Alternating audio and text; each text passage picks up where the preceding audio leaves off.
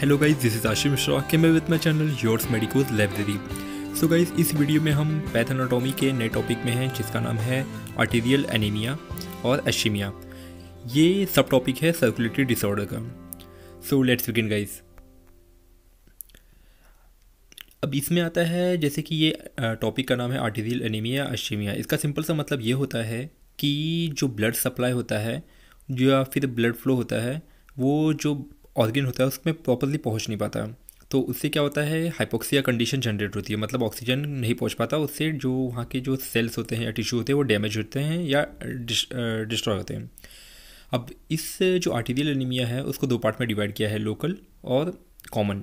तो ये local arterial anaemia है, इसका सिंपल सा मतलब ये होता है कि एनीमिया मतलब क्या होता है कि decrease in the blood count. ठीक है, तो अब ये लोकल आर्टेरियल एनीमिया का सिंपल सा ये बताया गया है कि decrease in blood supply, proper blood flow नहीं हो पाता, ब्लड सप्लाई वहाँ तक पहुँच नहीं पाता, ऑर्गन टिश्यू सेल्स या जो बॉडी का पार्ट है उसमें पहुँच नहीं पाता। तो उससे ये एनीमिया या एशीमिया कंडीशन डेवलप होती है। अब आते हैं उसके रीजंस क्या हो सकते हैं। जैसे पहला होता है एंजियोस्पास्टिक। एंजियोस्पास्टिक का मतलब होता है, एंजियो मतलब ब्लड वेसल्स होते हैं, स्पास्टिक मतलब स्पाज्म होते हैं, मतलब कॉन्ट्रैक्शन हो जाता है। तो ये जो एंजियोस्पास्टिक कंडीशन आता है ये स्पाज्म हो जाता है आर्टरी का, कॉन्ट्रैक्शन ऑफ द आर्टरी और नैरोइंग ऑफ द आर्टरी बोल सकते हैं।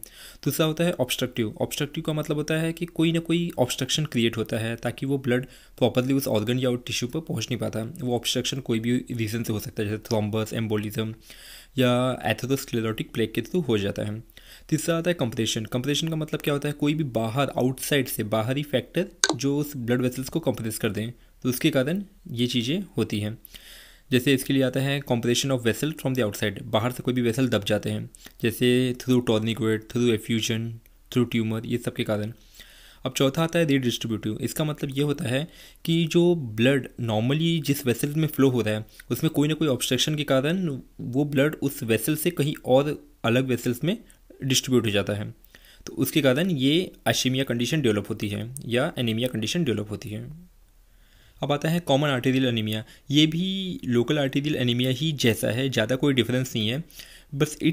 बट इस कंडीशन में क्या होता है कि जो नॉर्मल फॉर्म्ड एलिमेंट हैं आरबीसी डब्ल्यूबीसी वो बनना कम हो जाते हैं, और वैसे ही बनना कम होंगे। और दूसरा रीज़न ये भी है कि वो प्रॉपरली सर्कुलेट नहीं हो पाएंगे उस ऑर्गन टिश्यू बॉडी पार्ट में।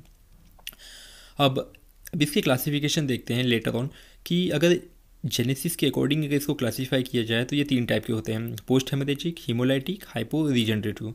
पोस्ट हेमरेजिक का मतलब यह होता है कि ये हेमरेज के बाद ब्लीडिंग होना। तो अब ब्लीडिंग होगा तो ब्लड लॉस होगा, ब्लड लॉस होगा तो एनीमिया कंडीशन डेवलप होगी, और जब वो ब्लड प्रॉपर रहेगा ही नहीं या डिक्रीज रहेगा तो वो फ्लो प्रॉपर हो भी नहीं पाएगा और proper required amount of blood वहाँ ऑर्गन में पहुँच नहीं पाएगा। तो उससे एनीमिया या एशीमिया कंडीशन डेवलप होती है। दूसरा होता है हीमोलाइटिक, मतलब कि ब्लड वेसल्स, जो ब्लड सेल्स होते हैं, ना कि ब्लड वेसल, जो ब्लड सेल्स होते हैं वो डिस्ट्रॉय होने लगते हैं, लाइसिस होने लगता है, उसका डिस्टर्बेंस होने लगता है। तो इसीलिए उसको बोला गया है कि इंट्रावेस्कुलर हीमोलाइसिस, वेसल्स के अंदर जो ब्लड सेल्स होते हैं वो टूटने लगते हैं, तो उससे प्रॉपर ब्लड पहुंच नहीं पाता, उतना सफिशिएंट पहुंच नहीं पाता, उससे एशीमिया एनीमिया डेवलप हो सकता है। तीसरा होता है हाइपो रीजनरेटिव टाइप का। तो जो ब्लड सेल्स होते हैं वो प्रॉपर बन नहीं पाते हैं, बहुत कम बन पाते हैं, तो उससे कमी हो जाती है ब्लड की, तो वो फुलफ़िल नहीं कर पाता, जो हमारे सेल्स ऑर्गन टिश्यू है वहाँ जो उसकी रिक्वायरमेंट है उसको फुलफ़िल नहीं कर पा रही है। अब आता है according to the flow. Flow के अकॉर्डिंग, फ्लो को बोलते हैं रियोलॉजिकल प्रॉपर्टी होती है ब्लड की। तो फ्लो के अकॉर्डिंग दो टाइप में डिवाइड किया गया है, एक्यूट और क्रॉनिक एनीमिया। अब इसमें भी आता है एक्यूट है, वो एक्यूट पोस्ट हेमरेजिक एनीमिया में डिवाइड किया है। ये क्या होता है, इसमें क्या होता है, रैपिड लॉस, ज़्यादा बहुत एकदम रैपिड वे में लॉस होता है ब्लड का अमाउंट। ठीक है। अब दूसरा ये बताया गया है कि इसके फैटल आउटकम, इसका जो ज़्यादा नुकसानदायक जो आउटकम होता है वो क्या होता है कि जब 1/3 ब्लड लॉस हो जाए या उसका वॉल्यूम कम हो जाए तो उससे फैटल या बहुत एक भयानक कंडीशन डेवलप होने लगती है।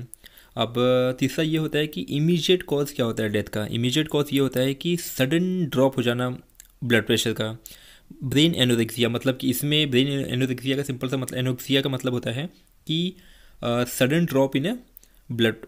तो ये एक प्रॉब्लम कंडीशन हो जाती है, इससे एशीमिया डेवलप हो सकता है। वेंट्रिकुलर फाइब्रिलेशन का मतलब ये होता है कि जो हार्ट का रिदमिक एक्टिविटी है वो डिस्टर्ब हो जाती है। अब चौथा पॉइंट ये है कि जो पेरिफेरल ब्लड एनालिसिस होता है वो स्टार्टिंग में तो नॉर्मल रहता है फर्स्ट आवर में, बट लेटर ऑन वो डिस्टर्ब होने लगता है। अगर हम इसका ऑटोप्सी करें तो ऑटोप्सी करने के बाद जो स्किन, म्यूकस मेम्ब्रेन या इंटरनल ऑर्गन है वो पेल हमें दिखाई देते हैं, वो लाइट एकदम हो जाते हैं, वो फीके पड़ जाते हैं। और जो इंटरनल ऑर्गन का जो मास है वो रिड्यूस हो जाता है। स्प्लीन स्मॉल और व्रिंकल हो जाते हैं, एकदम सिकुड़ जाते हैं। और जो लंग होता है वो डिस्टेंड हो जाता है बिकॉज ऑफ हाइपर वेंटिलेशन के कारण, ज़्यादा काम करने के कारण, ज़्यादा ऑक्सीजन सांस लेने के कारण वो डिस्टेंड हो जाता है। उसके बाद रिलेटिव प्लेथोरा डेवलप होने लगती है ब्रेन और हार्ट में।